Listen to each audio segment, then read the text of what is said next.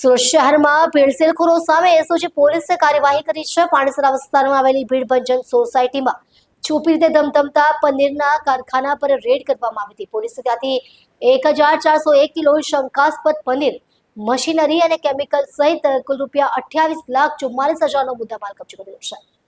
મળતી માહિતી મુજબ સુરતના પાંડેસરાની ભીડભંજન સોસાયટી ગા નંબર 278માં આવેલા આ કારખાનામાં અત્યંત અસ્વચ્છ પરિસ્થિતિમાં અને આરોગ્યપ્રદ ધોરણોની અવગણના કરી પનીર બનાવવામાં આવતું હતું। એસઓજીને મળેલી બાતમીના આધારે food safety officer JS Desai અને TS પટેલની ટીમ સાથે દરોડો પાડવામાં આવ્યો હતો।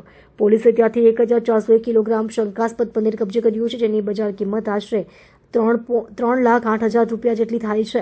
આ ઉપરાંત પનીર બનાવવા માટે ઉપયોગમાં લેવાતી આધુનિક મશીનરી, જેમાં પેસ્ચ્યુરાઇઝ મશીન, હોમોનાઇઝર અને સ્ટોરેજ પ્લાન્ટનો સમાવેશ થાય છે, તે પણ જપ્ત કરવામાં આવ્યું છે।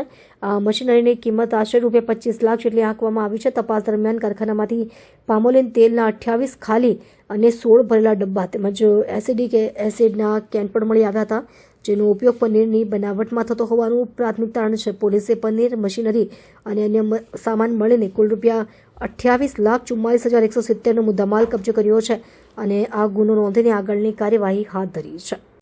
ધૂળેટીના આગલે દિવસે એટલે કે 3/3/2026ના રોજ 1401 કિલોગ્રામ શંકાસ્પદ પનીરનો જથ્થો ઝડપાયો છે। આ પામ ઓઇલથી બનેલું એનાલોગસ પનીર છે, જેનું એની પાસે લાયસન્સ પણ નહોતું।